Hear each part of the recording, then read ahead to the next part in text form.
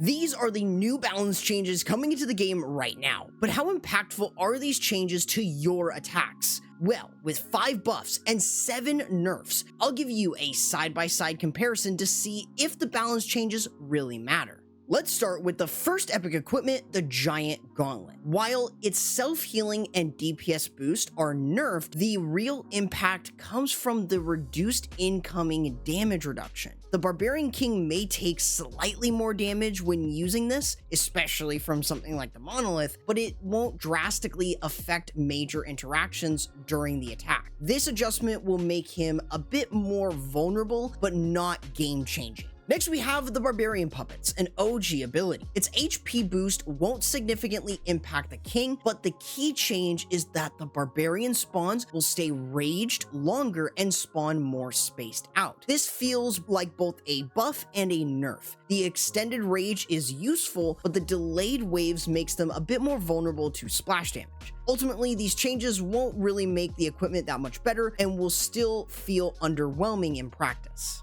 Now let's look at the Spiky Ball. It received a small nerf, reducing the number of buildings it's going to be able to target, but in reality, it's only losing just 1 at higher levels. While at lower town halls, you may feel this a little bit more since the bounces are quite powerful early on, higher town hall level players won't notice much of a difference. This change doesn't affect its viability overall, as the Spiky Ball will remain a strong choice, especially for air spam attacks, where its ability to get instant damage to key defenses is still highly effective.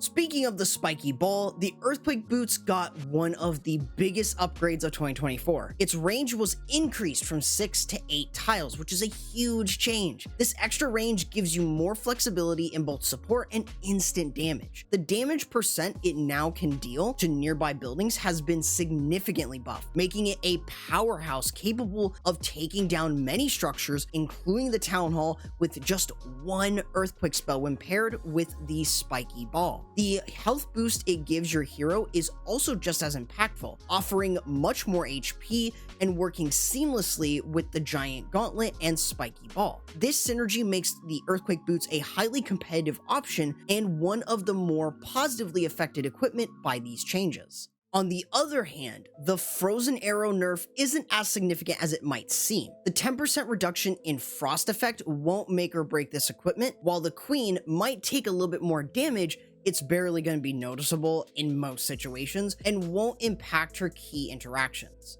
The Frozen Arrow will still retain its core utility, slowing down key defenses and buying time for your army to push through. Its viability will remain strong, and this minor tweak won't diminish its effectiveness in most attack strategies. However, the Archer Puppets are finally getting a much needed buff. Before, the Queen would still take scattershot splash damage, even with the puppets active. Now, thanks to the invisibility granted to the archers, they act as a true addition to her DPS, keeping your Queen from taking any splash damage, and will add chip damage even if they die to traps like a Giant Bomb. The improved spawn rate also gives your Queen valuable breathing room during your attack, allowing her to stay safer and deal more consistent damage, especially during a Queen charge. While these buffs make the Archer Puppets more viable, they are still going to fall short compared to the Frozen Arrow, especially for players with it at a decent level.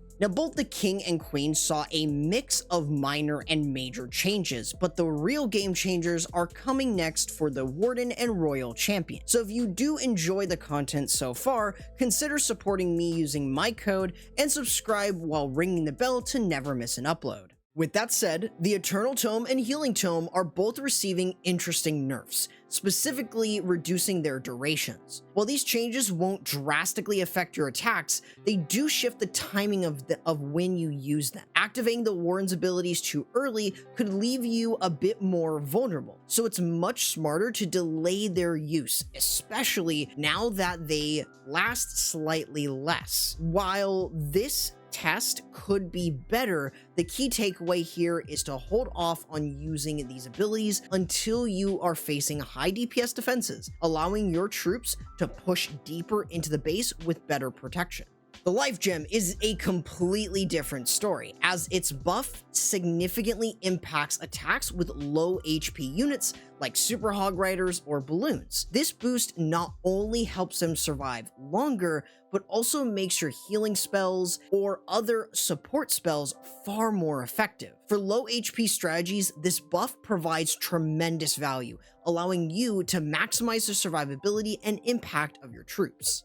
As for the Rage Gem, its nerfs are for lower townal levels and really will not have any massive impact for any strategy. Even for Fireball related strategies at lower levels, it will still be just as good for you to use regardless of these nerfs. Now let's talk about the big nerf that has everyone talking, the Hog Puppets and Haste Vial. These two abilities previously had the highest usage and win rates among all Royal Champion equipment. Thanks to their powerful combination of speed, tanking, and DPS from the Hogs, it's a really strong equipment. The Haste Vial nerf, while not as significant, really only reduces the duration of the Royal Champion speed buff, so it's going to still be quite strong. However, the Hog Puppets are a different story, as they are going to take a much bigger hit as the level of the Hog spawns are being reduced. This is going to make them slightly weaker and doing less damage. This means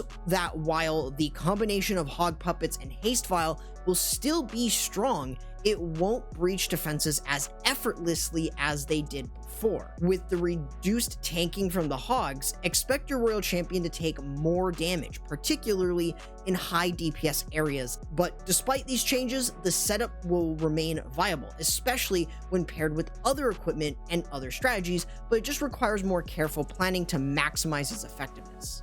Likewise, the Rocket Spear received a major upgrade by adding 2 extra spears at all levels. While this might not seem like a game-changing ability at first, these additional spears significantly enhance the ability to clear more buildings during an attack. This boost even allows the Rocket Spear to be paired with something like the Earthquake spells or the Seeking Shield, making it a versatile choice for demolishing key defenses and maximizing your attack's impact. So how do these changes impact you specifically? While many of the nerfs and buffs will only slightly affect the game, some like the Rocket Spear, Earthquake Boots, and Hog Puppets will have more noticeable impacts. The Hog Puppet nerf brings them into a more balanced state, making them a solid choice for the invisibility and the healing, while slightly reducing their overwhelming power with the Haste Vial. The Rocket Spear, on the other hand, with its additional spears, and the Earthquake Boots with its range increase, offers slightly more significant boosts, giving players more strategic options to enhance their effectiveness in attacks. As for the other changes, they're mostly bringing minor adjustments and won't drastically alter equipment usage, except for Barbarian Puppets, which still struggle to make any sort of significant impact. So, what are the best combos to use with these new balance changes specifically? Well, for the Barbarian King, the Giant Gauntlet will still remain a great choice. Pairing it with the Earthquake Boots now provides exceptional support and durability, allowing him to tank effortlessly while dealing with significant damage. You can also combine the Earthquake Boots with the Spiky Ball to enhance support and clear out sections of the base more effectively. For the Queen, the Frozen Arrow paired with the Invisibility Vial continues to be a great choice, especially for those who rely on Queen Charge. If you don't have the Frozen Arrow, Archer Puppets are still a strong alternative, providing invisibility to protect your Queen and maintain her effectiveness in attacks. As for the Warden, he benefits from the Eternal Tome and Healing Tome combo, which remains effective for tanky units. However, it's wise to use the abilities later in the attack to maximize their impact. Alternatively, pairing the Eternal Tome with a Life Gem is an excellent option for low HP troops, extending their survivability and effectiveness. And as for the Royal Champion, the Haste, Vial, and Hog Puppet combo still offers a strong 1-second invisibility and healing, while also having good damage output from the Hog Riders. If you're looking for variety, the Rocket Spear paired with the Seeking Shield is a powerful alternative, providing excellent support and damage, and can even be as effective as the Haste Hog combo.